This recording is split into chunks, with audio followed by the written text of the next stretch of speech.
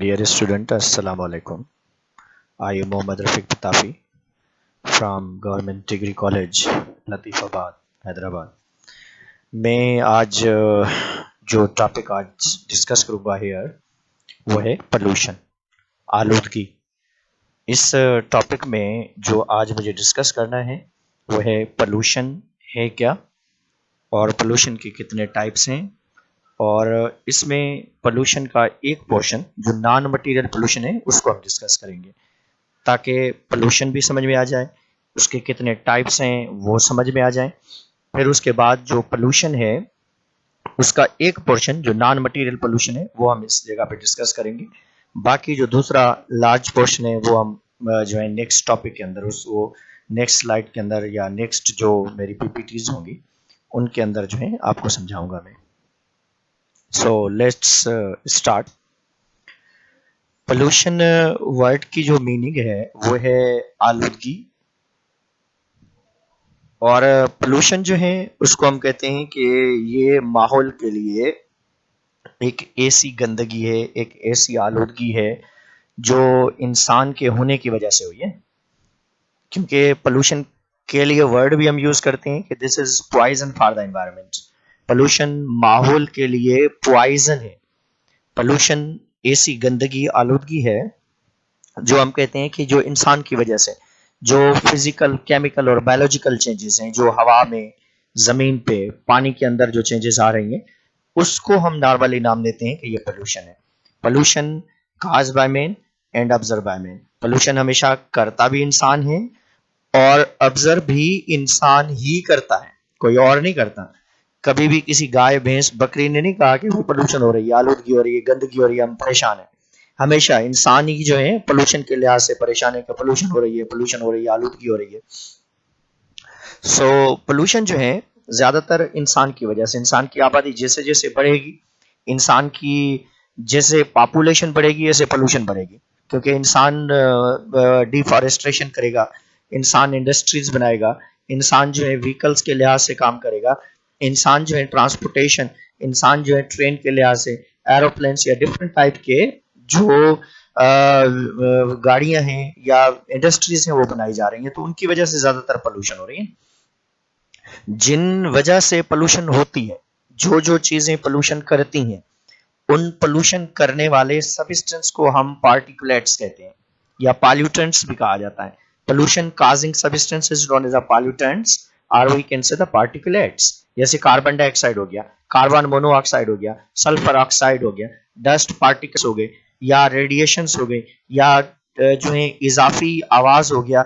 Normal से ज्यादा लिहाज से देखें, अगर हम पोल्यूशन के लिहाज से देखें तो पोल्यूशन जिन जिन चीज़ों की वजह से हो रही है कॉमनली, हम अगर देखना चाहें, यू कैन सी हियर, तो एक तो गैशियस मॉलिक्यूल्स की वजह से हो रही है पोल्यूशन।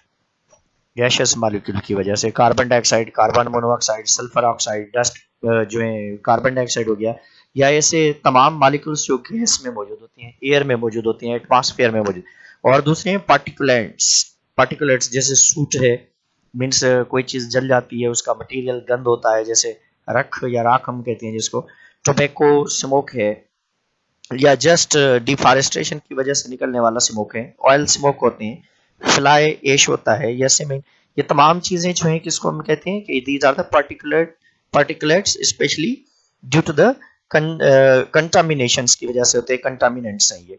टाइप ऑफ डस्ट है, सस्पेंडेड डस्ट, एटमॉस्फेरिक डस्ट जिसको हम कहते हैं, सेटलिंग डस्ट होती है, हैवी डस्ट होती है जो हवा में गर्द गुबार होता है, या जमीन से उठने वाला जो मट्टी वगैरह होती है उसके लिए हम स्पेशली, या उसके बाद गाड़ियों से निकलने वाला जो गाड़ियों के साथ जो हवा में डस्ट पार्टिकल्स वगैरह निकल रहे होते हैं, रिलीज हो रहे होते हैं, उनके लिए।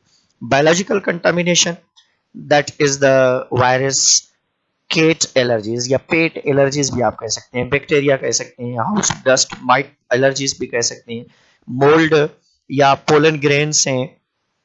मोल्ड हम नॉर्मली कहते हैं इनको फंगस को, फंगस के स्पोर्स होते हैं, जैसे मशरूम्स हवा में स्पोर्स छोड़ते हैं, तो वो मशरूम्स के स्पोर या जानदारों के जो स्पोर्स हैं वो हम इनहेल करते हैं, तो उनकी वजह से भी हमें प्रॉब्लम्स हो रही है। Next one, here we are concern with the pollution. Pollution के दो टाइप्स हैं, one is the non material pollution and other is the material pollution. Non material pollution वो पोल्यूशन है जो किसी मटेरियल की वजह से नहीं होती, जिसके अंदर कोई हार्ड पार्टिकल, कोई सॉलिड पार्टिकल, कोई लार्ज पार्टिकल या कोई ऐसी चीज उसके अंदर अवेलेबल नहीं होती।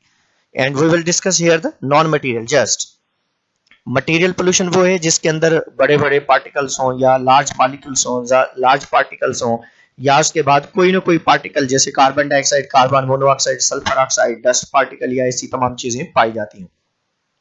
सो नॉन मटेरियल पोल्यूशन जो है उसके दो टाइप्स है। One is the radiational pollution, radiation तो है मगर उसके अंदर कोई ऐसी सॉलिड चीज नहीं है। And other one is the noise pollution या जो है साउंड पोल्यूशन भी हम इसको कहते हैं।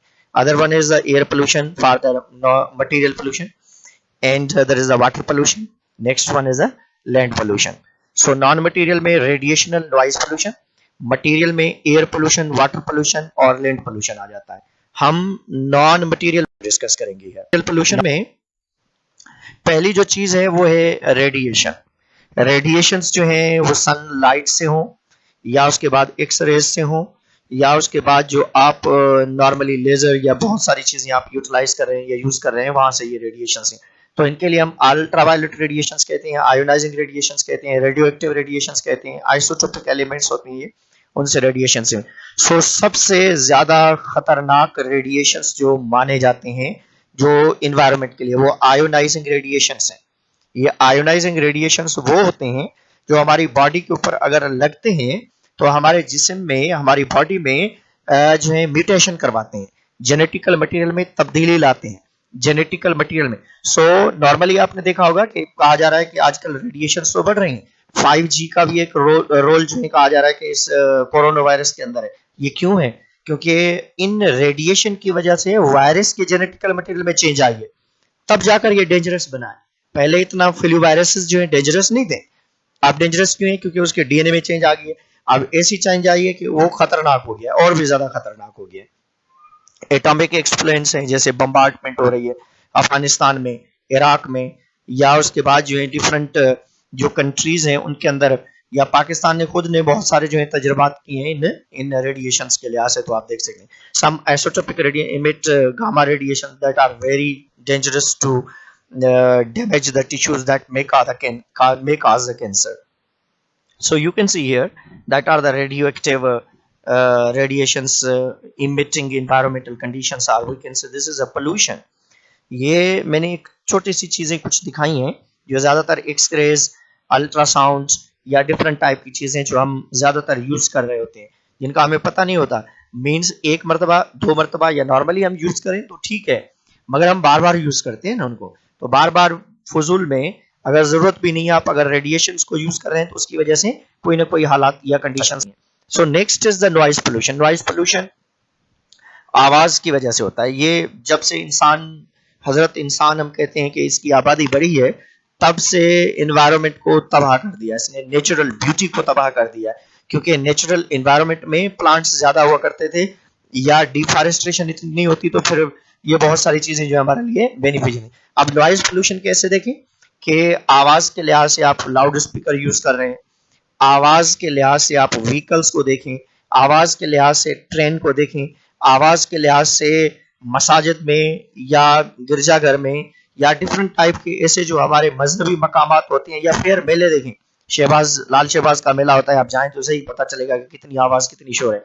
या भिक्षा का मेला होता है, वहां पे देखें तो ये जो आवाज होता है, ये साउंड जो है, ये हमारे जहन को, दिमाग के ऊपर भी असरअंदाज।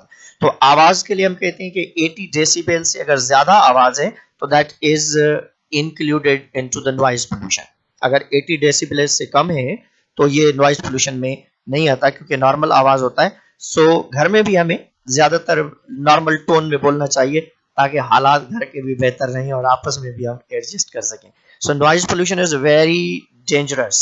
क्यों? क्योंकि ये इंसान के ऊपर, हालांकि कोई ऐसी सॉलिड चीज नहीं है, मगर इसका असर अंदर हमारी बॉडी के ऊपर बहुत ज्यादा होता है। It cause irritation. आपने देखा होगा कि कोई भी बंदा अगर किसी ऐसे खतरनाक माहौल में या नॉइजी एरिया में काम कर रहा है तो आप देखेंगे वो इरिटेट होगा, आप उससे बात, जैसे रिक्शा वाला होता है बेचारा, या आप देखें ट्रैफिक पुलिस वाले होते हैं बेचारे, या उसके बाद आप देखें कोई फैक्ट्री में मजदूर काम कर रहा है वो हो, तो ये इरिटेशन काज करता है। और नर्वसनेस भी होती है, वो बंदा इतना ज्यादा कॉन्फिडेंट नहीं होता, नर्वस होता है। Increase the stress, stress means ज़हनी दबाव होता है उसमें। और स्लीप डिस्टर्बेंस होती है। Increase the blood. आप एक और चीज देखें कि आप अगर फॉर एग्जाम्पल किसी गार्डन में जा रहे हैं, किसी रानी बाग में जा रहे हैं, किसी ऐसे एरिया में जा रहे हैं जहाँ पे ज्यादातर जो है काम एंड क्वाइट एनवायरमेंट है, आप तो रिलैक्स फील करेंगे, वहां पे खुशी महसूस होगी। मगर आप रेशम गली की तरफ निकल जाएं, आप जो है किसी फैक्ट्री की तरफ निकल जाएं, या उस एरिया में निकल जाएं जहाँ पे भीड़ हो, तो वहां से आप वापस आएंगे तो आप इरिटेट होंगे, आप टेंस होंगे, आप ज़हनी दबाव होगा, परेशानी होगी, नींद नहीं आएगी, या इवन आप देखें कि आप परेशान होंगे, जहन के ऊपर भी असर होता है। तो noise pollution is very dangerous for the human physical and mental. Physical means normally physiological भी इफेक्ट है उसका, किसके ऊपर? डीपनेस के ऊपर, कान के ऊपर। पॉप सिंगर जो होते हैं या उनके जो ड्रम वाले होते हैं उनका भी ज्यादातर हमारे ऊपर। So you can see here, मैंने एक चीजें दिखाई हैं इस जगह पे, आप देख सकते हैं कि नॉइज पोल्यूशन जैसे ये व्हीकल से हो रही है, या उसके बाद जो है ये मैकेनिक से हो रही है, या लाउड स्पीकर से हो रही है, ये जो ट्रेन है उनकी आवाज से हो रही है, और उसके बाद ये मसाजिद है, मेला या इस टाइप की जो चीजें हम यूज करते हैं, देखते हैं, वो उससे। तो ये बेचारा इंसान जो है, ह्यूमन के ऊपर हर तरफ से आवाज का दबाव है, और इस आवाज की लहरें जो है हमें इरिटेट कर रही है। अगर आवाज कम होगा, एक और चीज भी मैंने दिखाई है इस जगह पे, ये जो है एरोप्लेन है, देखिए आप, और इसी तरीके से हेलीकॉप्टर्स हैं या रॉकेट्स हैं या डिफरेंट टाइप की चीजें जो है हम यूज करते हैं, तो वो उसका भी खतरनाक असर होता है बॉडी के ऊपर। So thank you very much for watching my video and movie. और ये स्पेशल वीडियो जो है लेक्चर जो मैंने रिकॉर्ड किया है, ये सिंध कॉलेज एजुकेशन के लिए। सो आप जो है इसको देखें और विजिट करें। Thank you very much.